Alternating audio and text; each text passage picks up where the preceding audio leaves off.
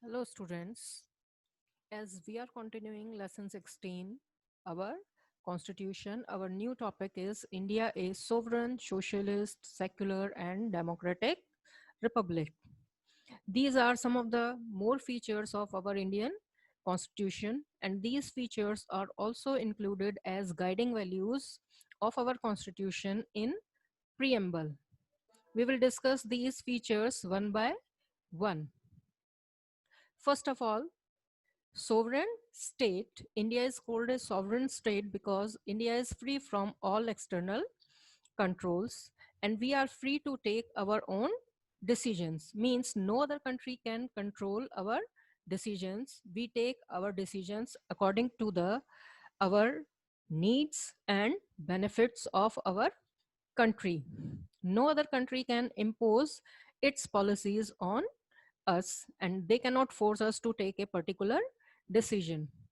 No other country can interfere in our internal affairs or internal matters. For example, in present situation, America or China cannot force us or cannot force India to take any particular decision which is against the benefit of our country or against the benefit of people of our country.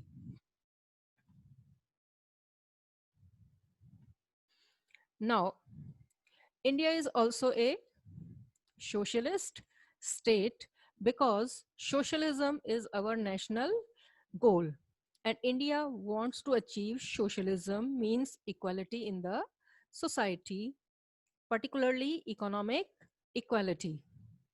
Now India is against all type of exploitations, means a person cannot exploit anyone in any form, and India tries to establish economic justice, means it tries to provide economic equality, it tries to provide economic opportunities which are equal to all, it tries to reduce a gap between rich and poor.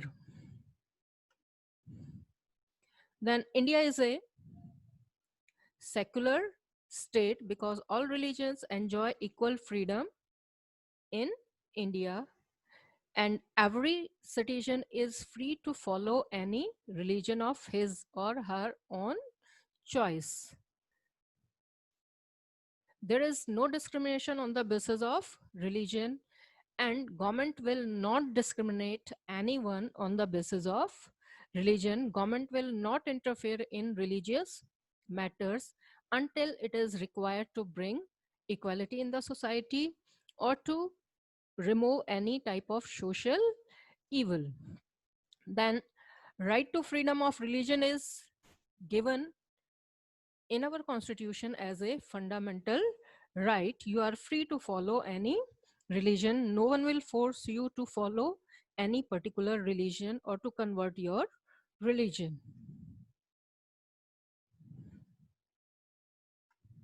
Then India is a democratic state because our government is elected by the people through a proper procedure of elections and people vote to choose their representatives and major decisions are taken by the elected representatives, that is the ministers who are a part of government, and government works according to some basic rules which are given in our constitution, and government cannot take any such decision which is against constitution, and if government takes any such decision it can be challenged in courts.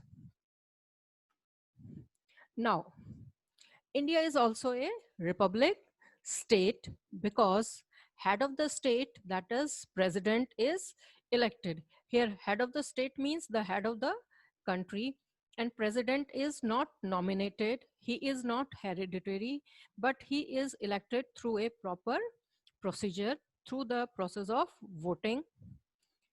For example, England is a democratic country because here government or its representatives are elected, but it is not a republic because the head of the state is hereditary and he can be a king or queen.